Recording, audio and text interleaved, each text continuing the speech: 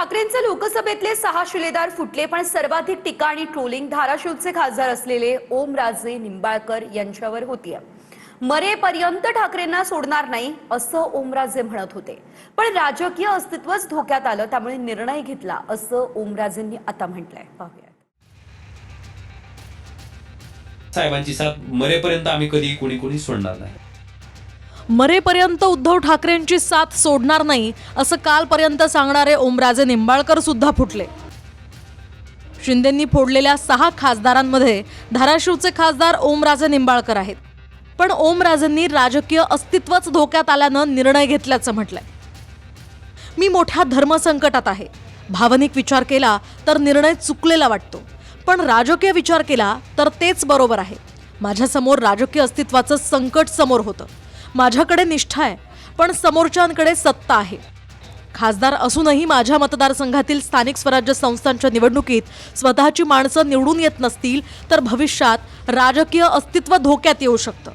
मतदारसंघात रस्ते, पूल, डीपी यांसारखी कामं करण्यासाठी वारंवार प्रस्ताव देऊन सुद्धा कामं झाली नाही आहेत. सत्ता आणि निधी नसल्यानं लोकांची कामं करता येत नाहीये. हा निर्णय केवळ मतदारसंघातील विकासासाठी घेतलेला आहे. शिंदेंच्या शिवसेनेत प्रवेश करण्यासाठी कार्यकर्त्यांचा मोठा दबाव आहे. मात्र माझे वडील पवनराजे निंबाळकरांच्या हत्येच्या निकालानंतर चर्चा करून अंतिम निर्णय घेणार आहे.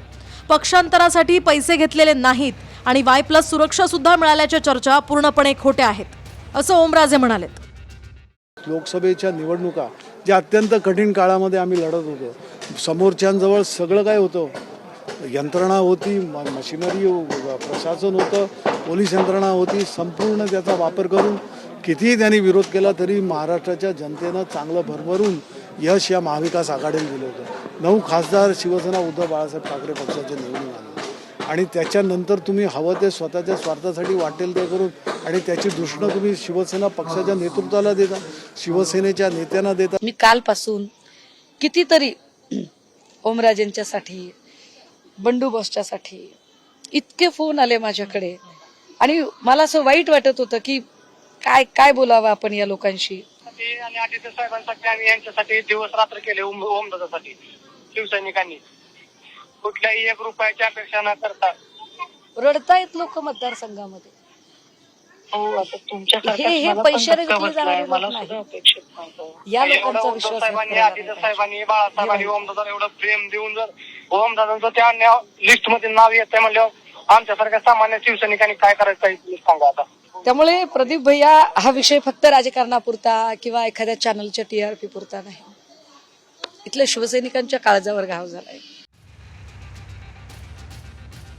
आपल्याला सांगावंसं वाटतंय की गांधी आणि काँग्रेस हे वेगळं होऊ शकत नाही. त्याच पद्धतीनं ठाकरे आणि शिवसेना मला वाटतं ही कधीच 2 वेगळं होऊ शकत नाही. गांधी आणि काँग्रेस जसे वेगळे होऊ शकत नाही, त्याचप्रमाणे ठाकरे आणि शिवसेना वेगळी होणार नाही असं ओमराजे म्हणत होते. पण आता त्यांनी फडणवीस आणि शिंदेंचं कौतुक करताना आदित्य ठाकरेंच्या राजकीय सक्रियतेवर सवाल उपस्थित केले. मुख्यमंत्री देवेंद्र फडणवीस आणि उपमुख्यमंत्री एकनाथ शिंदे सतत कार्यकर्त्यांमध्ये फिरतात, मेहनत घेतात. उद्धव ठाकरेंना तब्येतीच्या कारणामुळे फिरणं शक्य नसलं तरी आदित्य ठाकरेंनी अधिक सक्रिय राहायला हवं होतं, असं ओमराजे म्हणालेत. भाजपने किती अटॅक करू द्यावं, भाजपने काय करायचं ते करू द्या, आम्ही खंबीर आहोत. जे बदमाश लोक ठाकरेंच्या नेतृत्वावर प्रश्नचिन्ह लावायचा प्रयत्न करतायत ना, ते नुसते बदमाश नाही, ते नीच आहेत, अव्वल दर्जाचे नीच लोक आहेत. कारण एकटी शिवसेना फुटली नाही, TMC पण फुटली, सपा फुटण्याच्या मार्गावर आहे असं ऑनलाईन ऑन इयर कार्यक्रमामध्ये भाजपचा UPचा मंत्री राजभर सांगत आहे. भाजप एका अर्थाने सुडाग्नीने पेटलेली होती. भाजपला काही करून राज्यसभेमध्ये काही नंबर्स वाढवायचे आणि ते नंबर्स वाढवताना भाजप ह्या सगळ्या गोष्टी करणार आहे. धाराशिवमध्ये ओमराजे आणि कैलास पाटील हे ठाकरेंचे 2 खंदे कार्यकर्ते होते.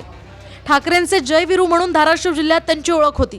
पण आज ओमराजे शिंदेंकडे गेल्यानं कैलास पाटलांनाही इतर शिवसैनिकांप्रमाणे दुःख आहे.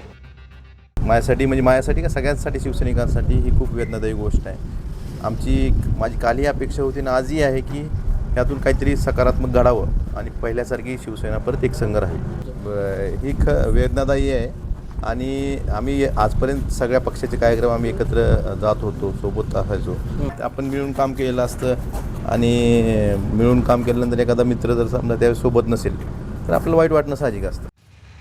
एकनाथ शिंदेंनी पहिल्यांदा बंड केलं तेव्हा ओमराजेंनी ठाकरेंसोबतच राहणं पसंत केलं.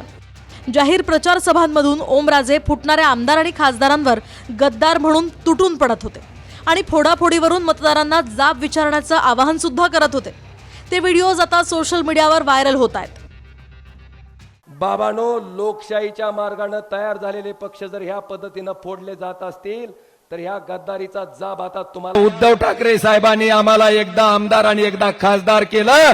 त्यांच्या संकटाच्या काळात, त्यांच्या संघर्षाच्या काळात आमचा पक्ष फुटत होता, आमच्या पक्षाचं नाव जात होतं, चिन्ह जात होतं, सत्ता जात होती आणि पलीकडे गेलं तर 50 खोके भेटत होते. त्याला लात मारून आम्ही इमानदारीनं उद्धवजी ठाकरे साहेबांच्या मागे उभा राहिलोच आहे. एरवी शिवसैनिकांच्या गराडात राहणारे ओमराजे निंबाळकर आता त्याच शिवसैनिकांच्या निशाण्यावर आलेत. कुणी पुतळे जाळतायत तर कुठे प्रतिकात्मक दशक्रिया विधी सुद्धा केला. दुसरीकडे ठाकरेंसोबत निष्ठावान राहिलेल्या राजाभाऊ वाजेंचं शिवसैनिकांनी जंगी स्वागत केलं.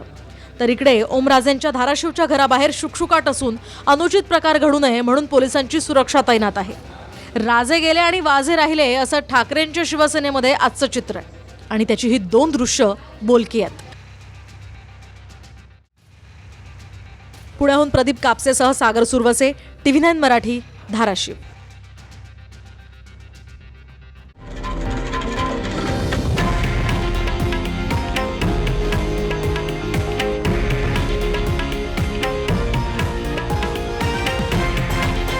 हे आहे देशातील नंबर 1 न्यूज नेटवर्क आणि आपण पाहत आहात TV9 मराठी, एकमेव.